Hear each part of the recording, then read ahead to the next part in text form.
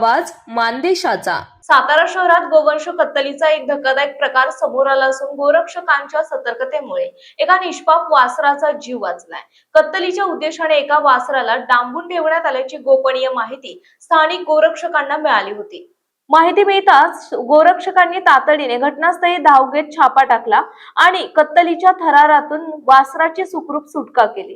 या घटनेची माहिती मिळताच सातारा पोलिसांनी घटनास्थळ गाठून परिस्थिती नियंत्रणात आणली। या बेकायदेशीर कृत्य प्रकरणी पोलिसांनी मुख्य संशयित आरोपीला तात्काळ अटक करून बेड्या ठोकल्या।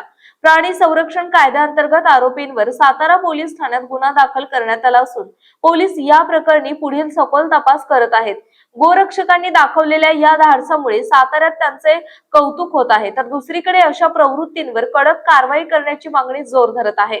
आपल्या जिल्ह्यातील तालुक्यातील लेटेस्ट बातम्या पाहण्यासाठी आजच मान चौफेर न्यूज चॅनलला YouTube वर सबस्क्राइब करा आणि बेल आयकॉन प्रेस करा।